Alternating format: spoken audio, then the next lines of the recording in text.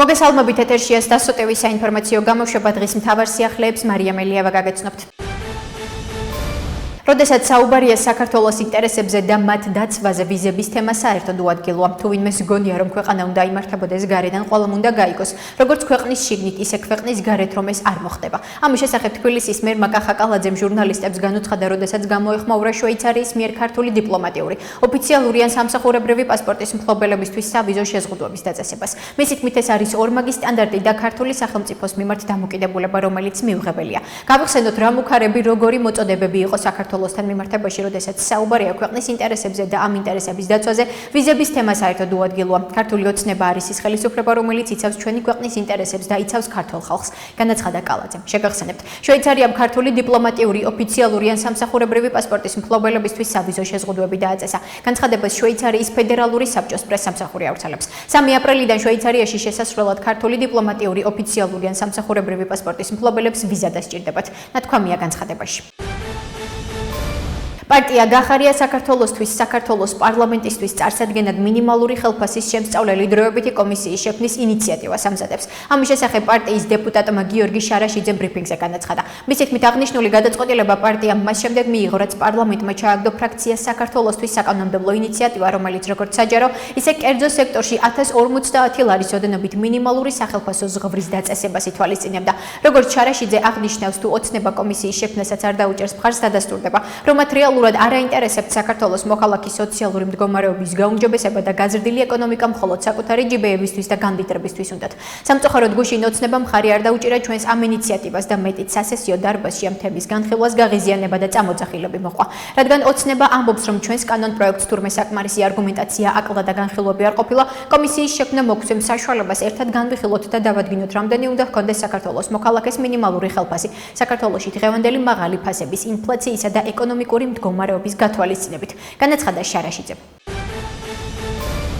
თბილისის უფასო სასადილოების საკითხი ყველა შემთხვევაში კახა კალაძემ მიდის. თუ ამჯერადაც აუვლიან მას გვერდს, კიდევ ერთხელ დადასტურდება, რომ უბრალოდ კლანური დაპირისპირება გრძელდება და ერთი კლანის კადრების წმენდა მიმდინარეობს მეორე კლანის მიერ. ამის შესახებ ლელო ძლიერის საქართველოს ერთ-ერთმა ლიდერმა თაზო დათუნაშვილმა განაცხადა, რითაც სახელმწიფოს კუთვნილი თანხების თაღლითურად დაუფლების საქმეზე 5 პირის დაკავებას გამოეხმაურა. მისი თქმით, ამ ქვეყანაში კორუფციასთან ბრძოლას არავინ დაიჯერებს, მანამ სანამ ეს ბრძოლა არ შეეხება კახა კალაძეს, როგორც ყველაზე სამარცხვინო კორუფციონერს დამოუკიდებელი საქართველოს ისტორიაში. ცნობისთვის, სუსმა დიდი ოდენობით სახელმწიფოს კუთვნილი თანხების თაღლითურად დაუფლებისა და დიდი ოდენობით სახელმწიფოს კუთვნილი თანხების თაღლითურად დაუფლებაში დახმარების ფაქტებზე 5 პირი დააკავა.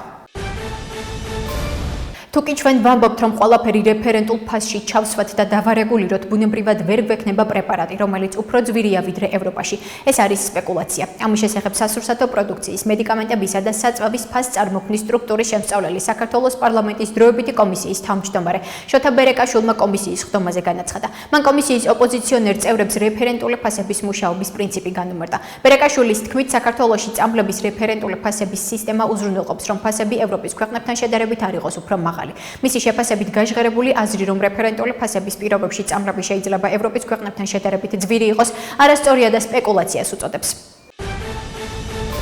როგორც ჩანს, ირანის ელჩი დამშვიდდა და გადაწყვიტა, რომ ინფორმაცია პირველი პირებისგან მიიღო და გაიგო რეალურად რა ხდებოდა. რადგან ამ ინციდენტით ამოიწურა მისი მუქარები, როგორც ჩანს, მას საგარეო საქმეთა სამინისტროში დამაკმაყოფილებელი ინფორმაცია მიიღო. ამის შესახებ ხალხის ძალის დეპუტატმა ეკა საფაშვილმა ჟურნალისტებთან განაცხადა. მისი თქმით, ირანის ელჩის მიერ რამდენიმე დღის წინ გაჟღერებული მუქარა უადგილოდ ჟღერს, თუმცა მეორე მხრივ უნდა გავითვალისწინოთ, რომ მისი ქვეყანა საშინელ ომშია ჩართული და შეიძლება ნერვებმა უმტყუნა და საკუთარი ქვეყნის დაცვას თავისი მხრიდან შეეცადა. ცნობისთვის, საქართველოში ირანის ელჩი სეიედ ალი მოჯანი აცხადებს, რომ საქართველოს საგარეო საქმეთა სამინისტროში შეხვედრა გამართა.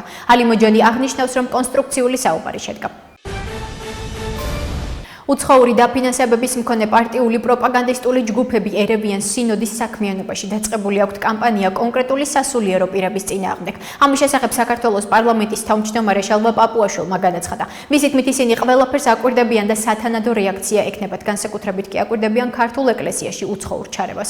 ვხედავთ, რომ მთელი საარჩევნო კამპანია აქვთ გაშლილი მამუკა ხაზარაძეს და მის ტელევიზიას იმისთვის, რომ სხვადასხვა სასულიერო პირებისა და ეკლესიის დისკრედიტაცია მოახდინონ. ვნახეთ, რომ პატრიარქის გარდაცვალების შემდეგ გლოვის პერიოდში მამუკა ხაზარაძის ტელევიზიას ჰქონდა ანტიეკლესიური კამპანია გაჩაღებული, მათ შორის გარდაცვლილი პატრიარქის წინააღმდეგ. ვნახეთ, როგორ არჩევენ რესპონდენტებს ადამიანებს, რომლებსაც ქართული ეკლესიას ძულთ და ისინი გახდნენ მთავარი პერსონაჟები მამუკა ხაზარაძის ტელევიზიაში. ყველაფერს ვაკვირდებით და სათანადო რეაქცია გვექნება, განსაკუთრებით ვაკვირდებით ჩვენი ეკლესიის საქმიანობაში უცხოურ ჩარევას. განაცხადა შალვა პაპუაშვილმა.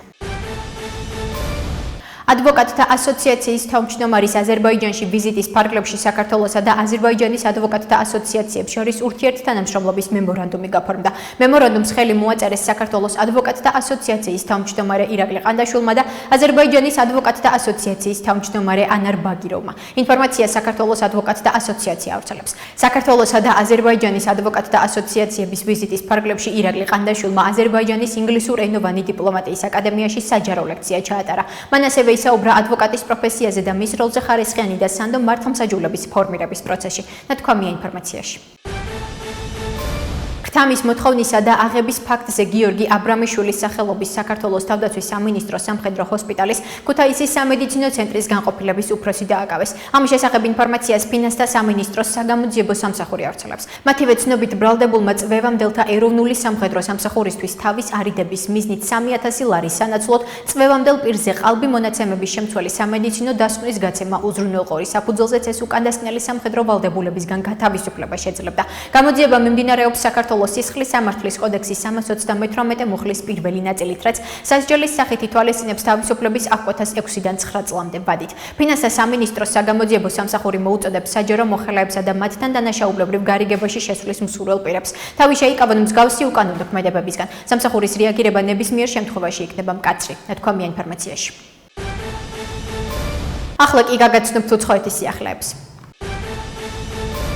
ირანის ისლამური რევოლუციის გუშაკთა კორპუსის განცხადებით ქვეყნის ცენტრალურ ნაწილში აშშ-ს კუთვნილი F-35 მოიერიშე თვითმფრინავი ჩამოაგდეს. მედიის ინფორმაციით ისლამური რევოლუციის გუშაკთა კორპუსის პრესპიკერმა განაცხადა, რომ თვითმფრინავის პილოტის გადარჩენის შანსი დაბალია. თუ ინფორმაცია დადასტურდა, ეს იქნება მეორე შემთხვევა, როდესაც ირანმა აშშ-ს F-35 გამანადგურებელი ჩამოაგდო, მას შემდეგ რაც დაახლოებით 2 კვირის წინ ერთ-ერთმა მათგანმა ავარიული დაშვება განახორციელა, რაც სავარაუდოდ მოწინააღმდეგის მიერ გახსნილმა ცეცხლმა გამოიწვია.